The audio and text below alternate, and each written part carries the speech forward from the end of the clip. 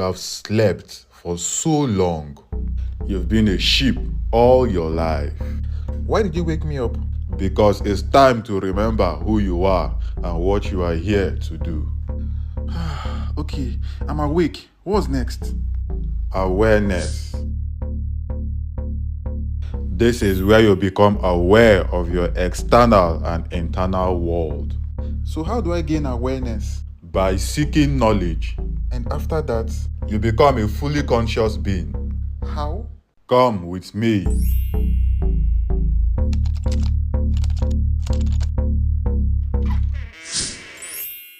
That is the house of clouds. What's that? I call it the house of knowledge. Okay. One of the most important parts of this process is embarking on the journey of knowledge. Some believe that the cloud is like a universal storage system, just like the concept of the Akashic field. Once you are awakened and open-minded, you gain access to unlimited knowledge from source. So how do I gain knowledge? The truth have always been around you. In books, entertainment, and even the media, all you need to do is seek. I've heard people talk about spiritual awakening. Can you explain what it really means? The awakening is a deep realization. It's a point in your life where you begin to break free from thoughts, ideas, or patterns that have held you back for so long. Okay, so how long does it take to awaken? Awakening was never meant to last forever, although there are stages of awakening. Okay. Each stage is like an initiation process. It opens your eyes to new levels of enlightenment. Can you explain further? It is the moment you realize who you truly are by stepping into your power. Okay, how do I know it's time for me to step into my power? Because I've been going through this awakening for some time now.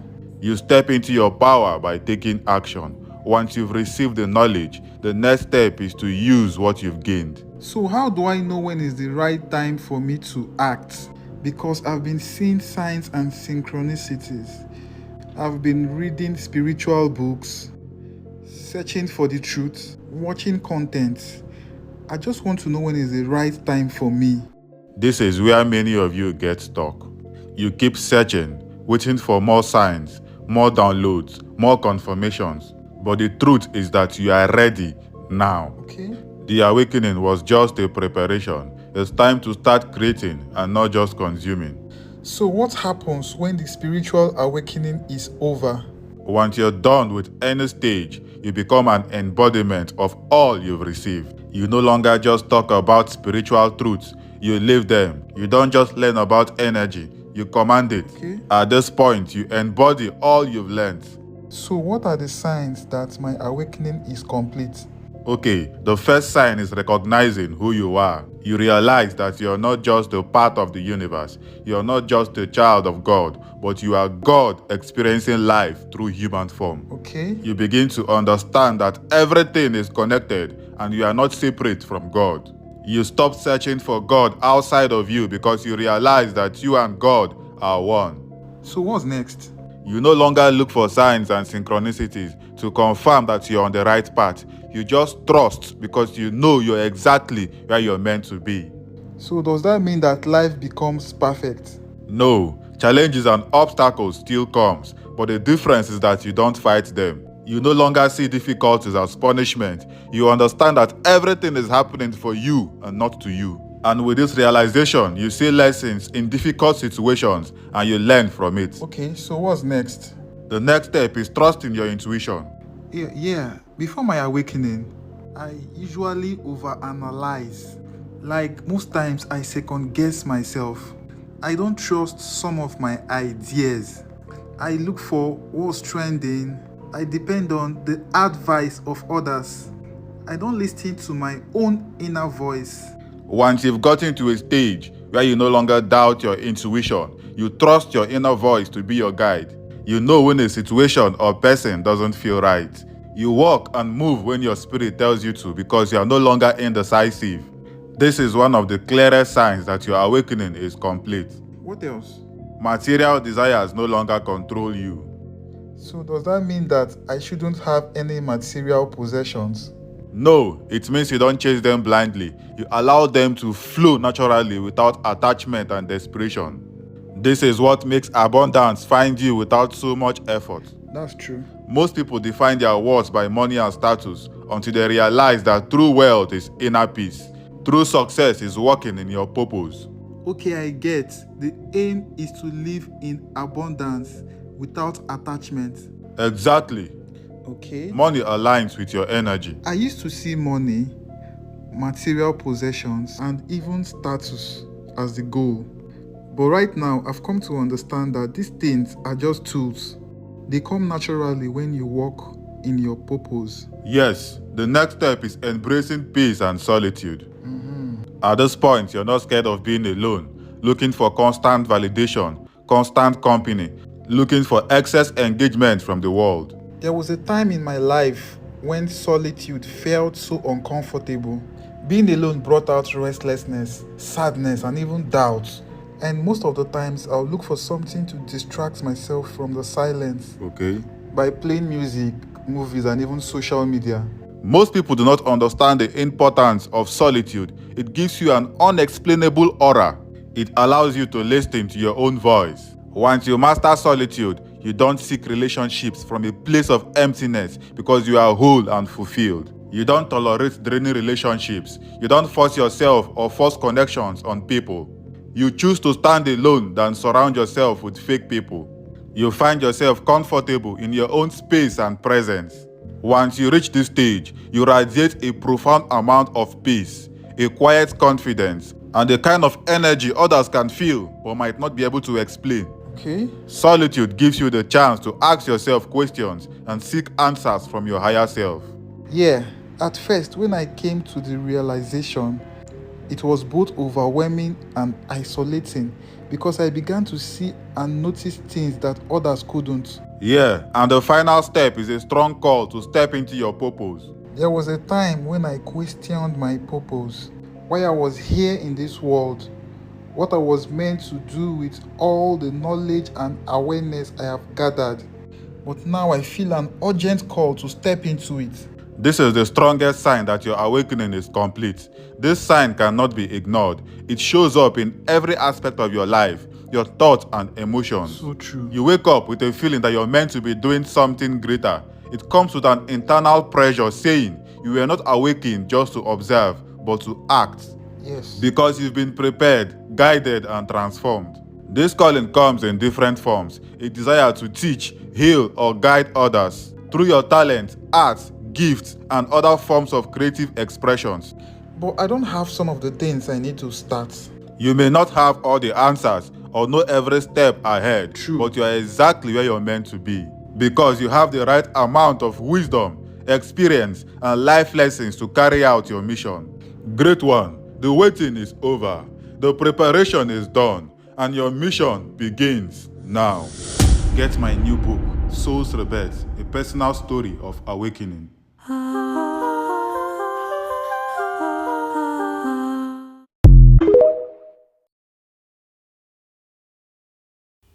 Tozani Makosini Tamagu. Thank you for joining me for another video. So in this video, I just want to share a few things on spiritual awakening. And like every video, guys, this is the way I am taught. So take everything with a pinch of salt. What I will be speaking on is primarily from my experience, okay, and the way I'm taught, okay. So I think the issue and the problem is that when we realize, or when we are told, or first we are told we have gift, or we are gifted and everything, we just want to act, we want to stand up and take action, also primarily because at that point your life is falling apart, and we think that if we just quickly move and take action, we'll be able to save everything from falling apart, when that's primarily not what's happening.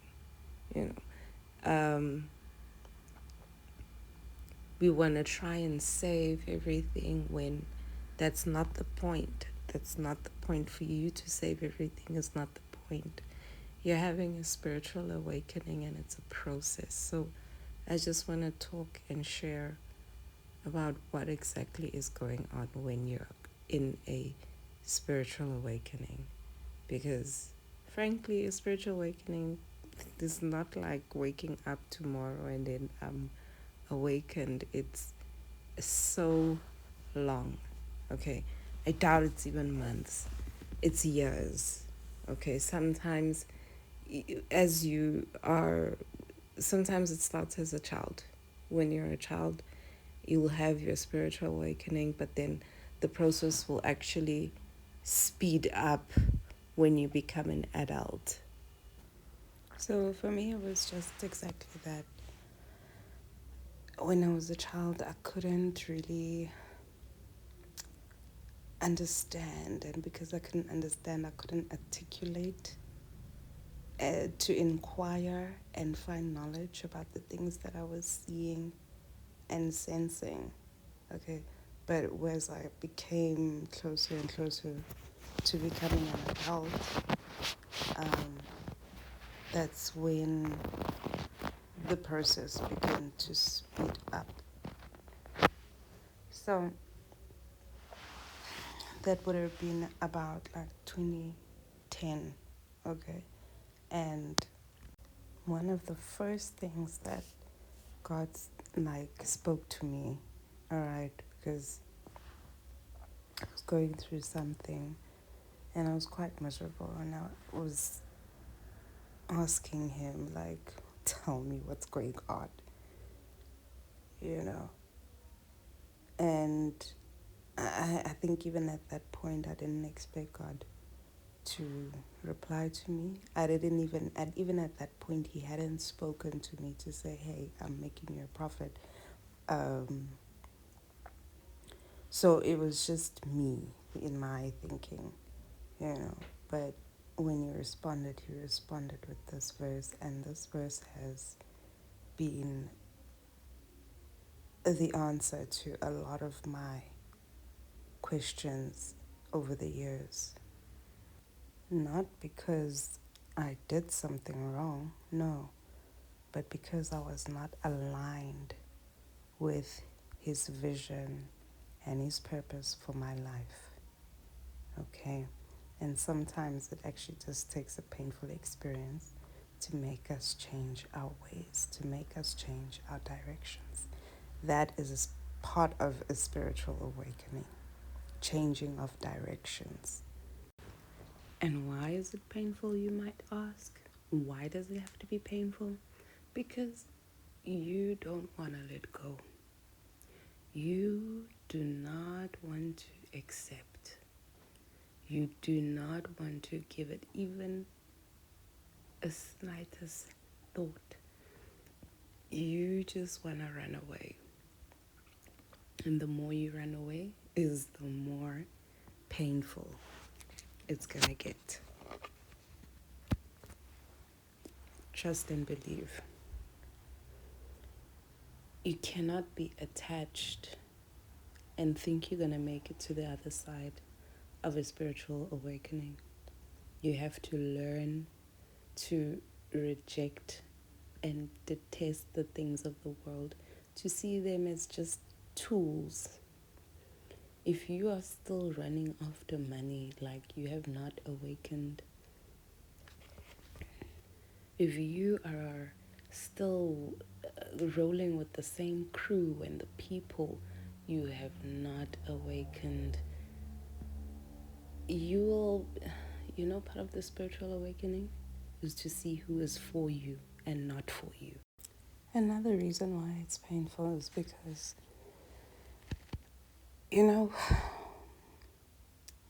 the things that we have learned from childhood and through religion and through school and through TV and all of those things, we should not underestimate the power those and the strongholds those create in our minds.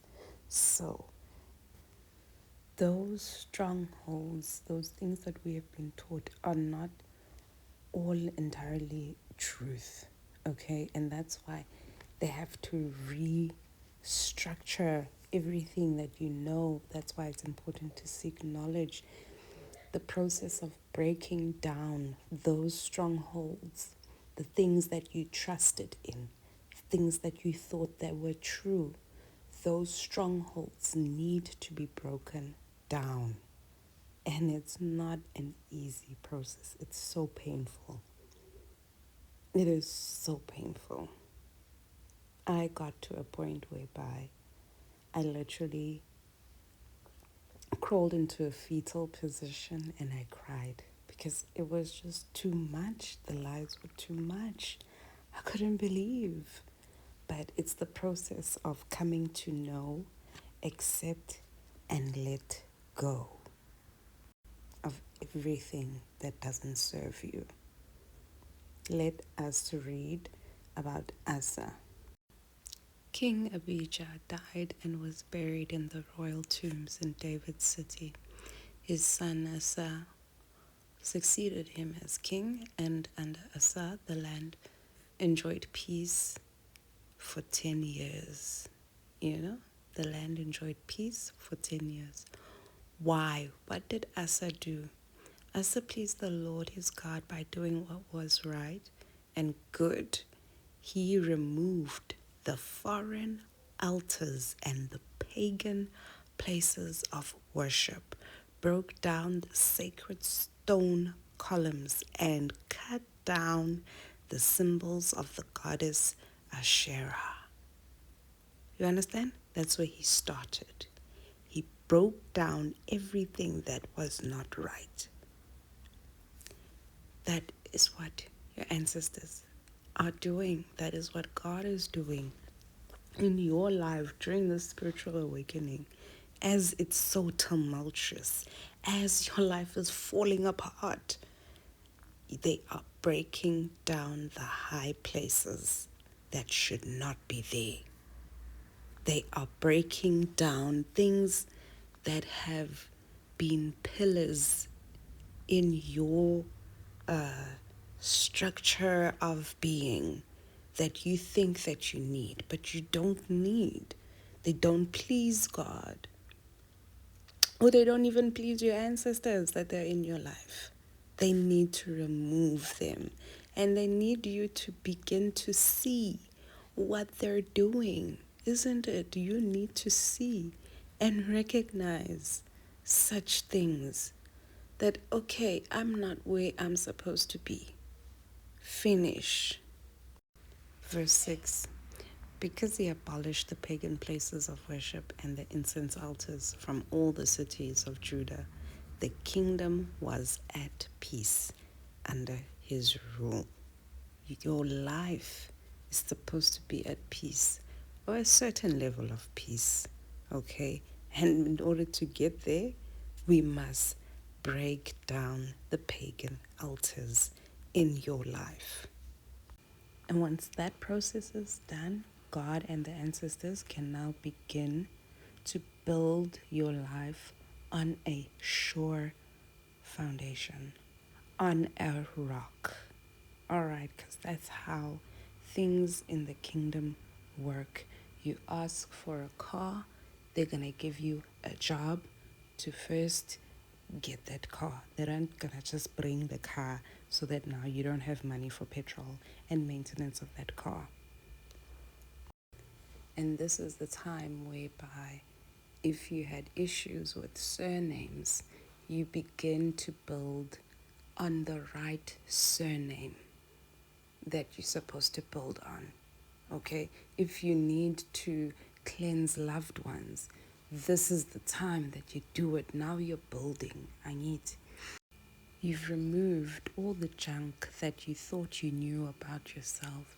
And now your ancestors can now begin to teach you who you are, teach you about the spirit within you, teach you about your gift. About your gift. You begin now to know yourself in spirit and in truth, and you begin to relate with God and nature in spirit and truth. This is what I mean when I say it's not about saving your life. Forget it. Let those things go. Let your life, let the process unfold. Okay, whatever you must lose, lose it. There is a reason. Okay, and God is not heartless. Your ancestors are not heartless either. They will give you, they will repay you for all your efforts. Okay, but just let it go. Okay, stop worrying about things that are useless. The things that actually, that you think they matter, they actually don't matter. And the things that you take very lightly, those are the key things that you are supposed to be focusing on. Okay, so it's it's about you focusing on the things of the kingdom, the things, and when I say the things of the kingdom, I mean things of everything in the kingdom, God, the ancestors, even you, your spiritual well-being, and who you are supposed to be. Take stock of your life. This is the time where you take stock of your life and find out the things that are supposed to be going, the things that are supposed to be staying. Who is for you? Who is against you? What power is within you? Okay? What are your gifts? Who are the people who are gifting you? Okay, these are it's stop focusing on the negative and look at the brighter things that are happening. Okay, because there are good things happening around you. You just have to turn on a grateful heart and look at those things and embrace those things. Stop worrying about what even people are gonna say. Okay, let people talk. People always talk, and people are always gonna talk, whether you do some right things or whether you do wrong things. And no one's going to always love you. Okay, not everyone is gonna love you, so just accept it and embrace the journey of discovery. Okay, because it's discovery. So don't always be so quick to go and see somebody just because you're having a spiritual awakening. Things are going haywire in your life, but it doesn't necessarily mean that you're under attack. Okay, you're having a spiritual awakening, and a spiritual awakening is tumultuous, it's painful, it's like, oh my god, it's crazy. Yeah, bro. So where you think you're gonna be going to get help, you might be running into danger. So don't be quick. But if you feel that you need to, minimum 3 days before you go and see somebody, let your ancestors know and sift how you feel. Do you still, after letting them know, do you still feel like you want to go? Or do you feel a change after speaking to them? Like, don't go, just sit. Because that's important. Those are ways of keeping you safe. And those are ways of building your intuition. You know, one morning in 2018, as I was waking up, my eyes were still closed, but I was kind of rousing up. And I heard, here is the chariot and here is the steed. Who will ascend the mountain of the Lord? And then I woke up. And I prayed and I said, you know, God, I'm here. I will ascend. And mind you, this was before I even knew that I'm an ancestral vessel. I just knew I was a prophet, you know. But in the same manner that God is asking me, or had asked me, I'm asking you, will you ascend the mountain of the Lord? Do you have what it takes? Will you take on this journey, okay, with pride? Yes, everything is falling apart, but it's not the end of the world. Okay, you are ascending the mountain of the Lord. Of course. You are ascending. And this question is to you alone. It's not to you and your friends. It's not to you and your colleagues at work and your manager. It's for you alone. Will you ascend? Are you willing to ascend the mountain of the Lord? To understand your journey, to understand who you are, to understand and relate with your God and your ancestors. Tozan.